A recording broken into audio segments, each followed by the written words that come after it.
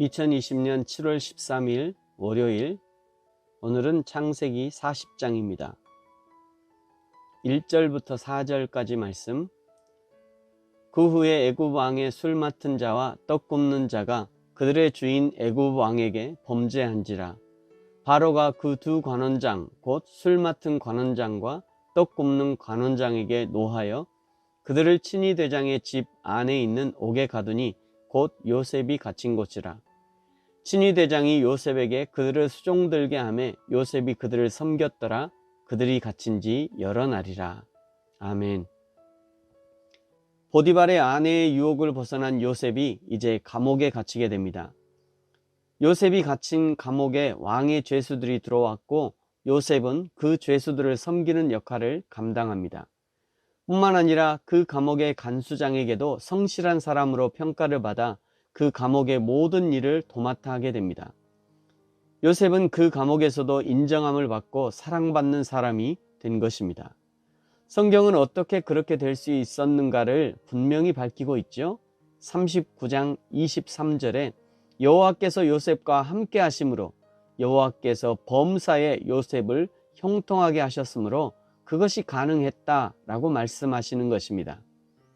인생에서 성공할 만한 조건, 능력은 중요합니다. 그러나 그것보다 더 중요한 것은 하나님의 은혜를 입는 것입니다.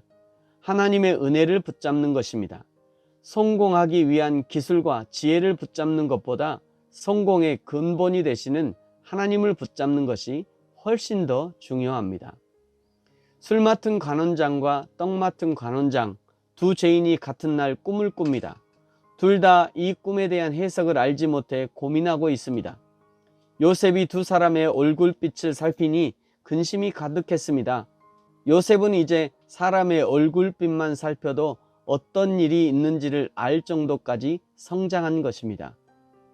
요셉의 성장 과정을 살펴보십시오. 독심술을 배운 것이 아닙니다.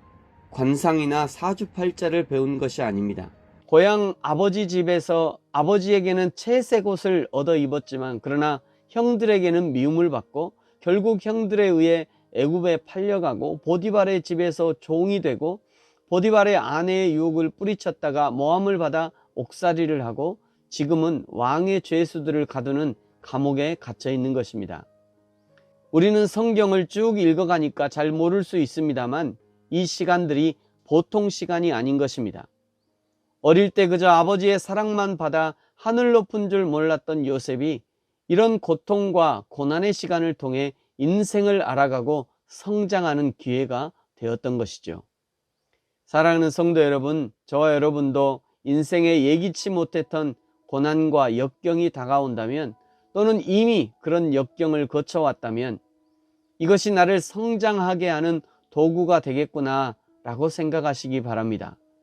고통 앞에서 이건 내가 원하는 것이 아니야 라며 하나님을 향해 고통의 원인을 향해 원망하고 비난하지 말고 그 고통을 통해 내가 어떻게 성장하게 될까를 기대하십시오.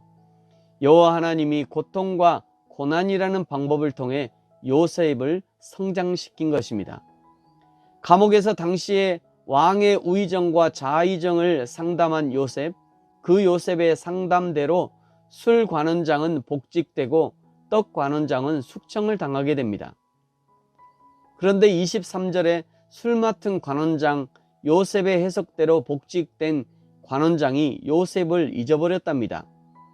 자, 이제 이쯤 되면 설령 이 술 맡은 관원장이 요셉을 기억하지 못하고 왕에게 요셉의 형편을 알려주지 않았다고 해도 별 문제가 안 된다는 것을 직감하실 겁니다.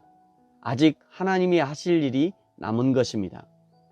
사랑하는 성도 여러분, 저와 여러분이 아직 이 땅에, 아직 이 형편에, 아직 이 상황 가운데 그대로 놓여 있는 것은 아직 하나님이 하실 일이 있기 때문입니다. 그 하나님을 기대하심으로 나를 단련하신 후에 정금과 같이 나오게 하실, 순금같이 나오게 하실 하나님을 기대하심으로 오늘을 믿음으로 살고 인내함으로 살아내는 저와 여러분이 되어지기를 예수님의 이름으로 축복합니다.